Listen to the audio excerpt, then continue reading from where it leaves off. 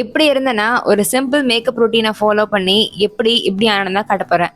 வாங்க வீடியோக்குள்ள போகலாம். ஸோ ஸ்ட்ரைட்டாக நம்ம கண்டென்ட்குள்ளே போயிடலாம். ஃபர்ஸ்ட் நான் ஃபேஸை வந்து மாய்ஸ்சரைஸ் பண்ணுறதுக்காக செட்டாஃபிலோட இந்த மாய்ஸ்சரைசர் யூஸ் பண்ணிகிட்ருக்கேன்.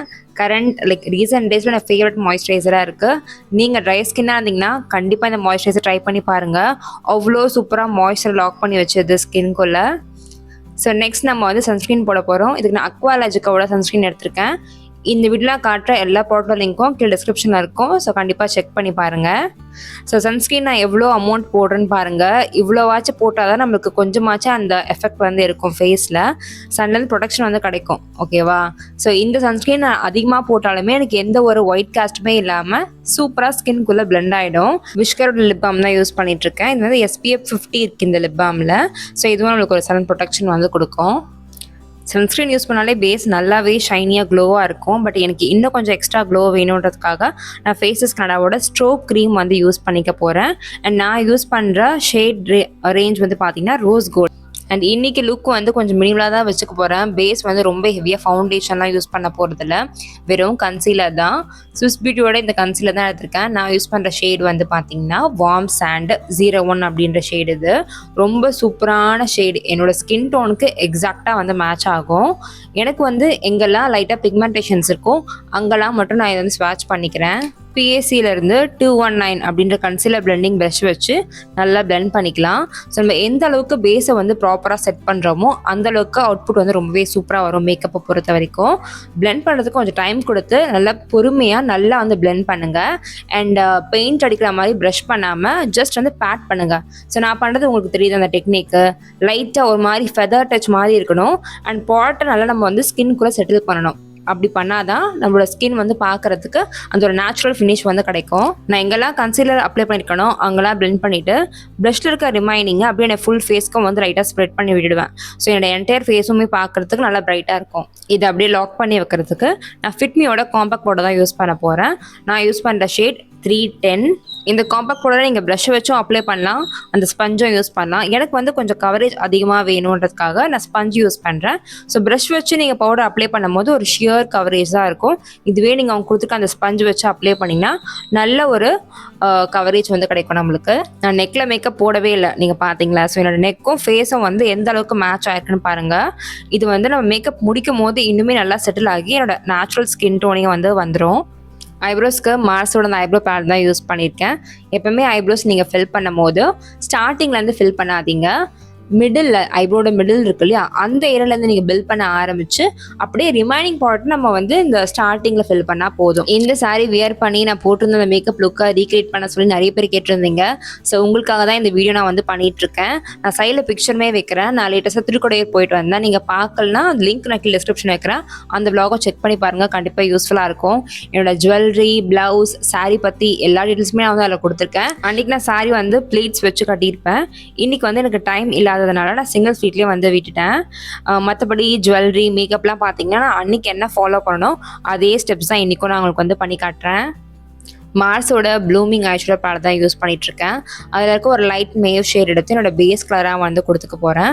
நல்லா பிளெண்ட் பண்ணிக்கோங்க. நம்ம எவ்வளோக்கு எவ்வளோ பிளெண்ட் பண்ணுறோமோ அவ்வளோக்குள்ள அவுட்புட் பார்க்கறதுக்குமே ரொம்ப நல்லாயிருக்கும். நான் மோஸ்ட்டாக அந்த வார்ம் கலரில் இருக்க ஐஷேடோ லுக்ஸ் தான் வந்து க்ரியேட் பண்ணுவேன். எனக்கு அதுதான் வந்து செட் ஆகும். ஏன்னா டஸ்கி ஸ்கின் டோனுக்கு வந்து பார்த்தீங்கன்னா இந்த ப்ளூ, க்ரீன் கலர் அந்த மாதிரிலாம் ஐஷேடோ நம்ம ட்ரை பண்ணோன்னா நம்ம ஃபேஸையே கொஞ்சம் டல்லாக்குற மாதிரி இருக்கும். ஸோ மோஸ்ட்டாக நீங்கள் வந்து இந்த வார்ம் ஷேட்ஸ் அப்படிலாம் வந்து பிங்க் ஷேட்ஸ் வந்து சூஸ் பண்ணிக்கோங்க நீங்கள் டஸ்கி ஸ்கின் டோன் சைடில் இருந்தீங்கன்னா. சேம் பேட்டில் இருக்க இந்த வார்ம் ஷேட் வந்து நான் எடுத்து யூஸ் பண்ண போகிறேன்.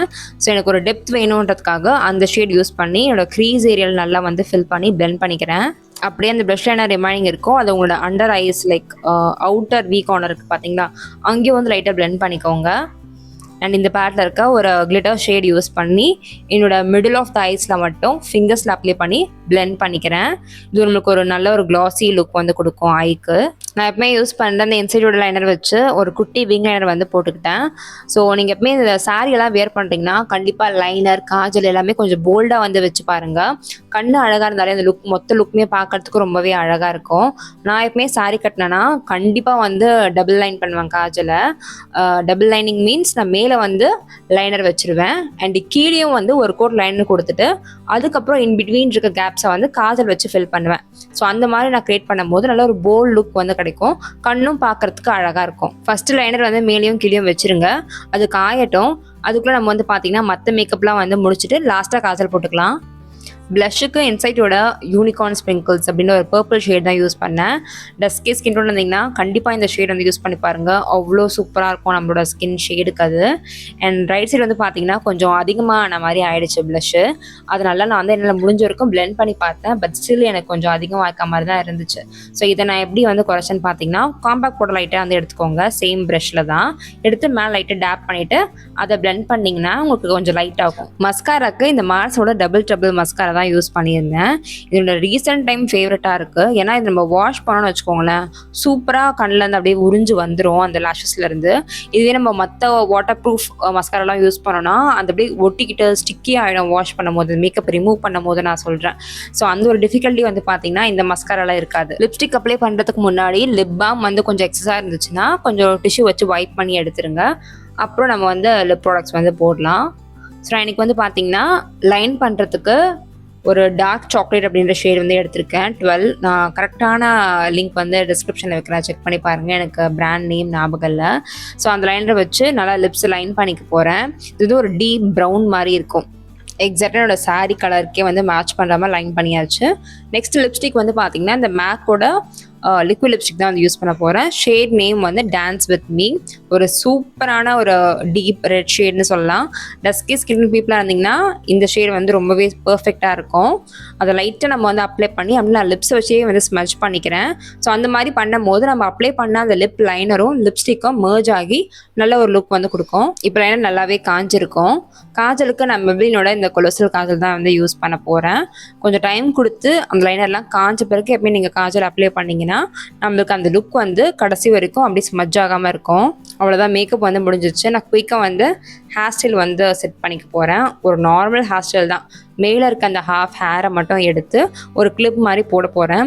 என்னோடய ஃபேஸ்க்கு அது ரொம்ப நல்லாவே செட் ஆகும். உங்களுக்கு ரவுண்ட் ஃபேஸ் மாதிரி இருக்குன்னா நீங்களும் இதை மாதிரி ட்ரை பண்ணி பாருங்கள். ரொம்ப சிம்பிள் தான், மேலே இருக்க ஹேரை மட்டும் கிராப் பண்ணி நல்லா வந்து ஸ்லீக்காக கோம் பண்ணிவிட்டு ஒரு கிளிப் போட வேண்டியது தான். நான் வெஸ்டர்ன் ட்ரெஸ் போட்டாலும் சரி, இல்லை ட்ரெடிஷ்னலாக ட்ரெஸ் பண்ணுறதா இருந்தாலும் இந்த ஹேர் ஸ்டைல் தான் போடுவேன்.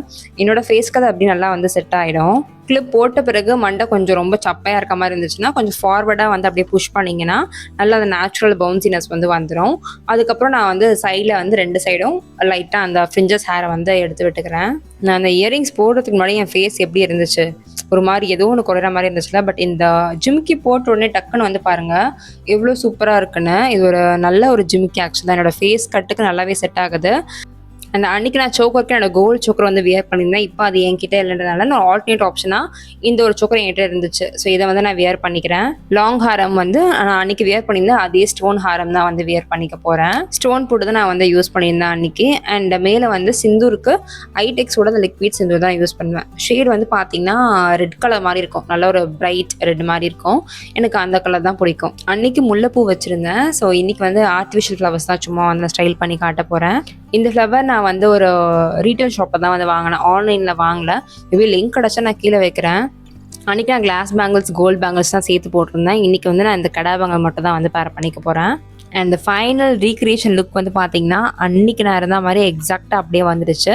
சோக்கர் மட்டும்தான் கொஞ்சம் மாதிரி இருக்குது, மற்றபடி எல்லாமே வந்து நம்ம ரீக்ரியேட் பண்ணியாச்சு. ஸோ மேக்கப் வந்து பார்த்துருப்பீங்க எவ்வளோ சிம்பிளான ப்ராடக்ட்ஸ் வச்சு சிம்பிள் டெக்னிக்ஸ் யூஸ் பண்ணி நான் அதை நல்லா கொண்டு வந்திருக்கேன் அப்படின்னு.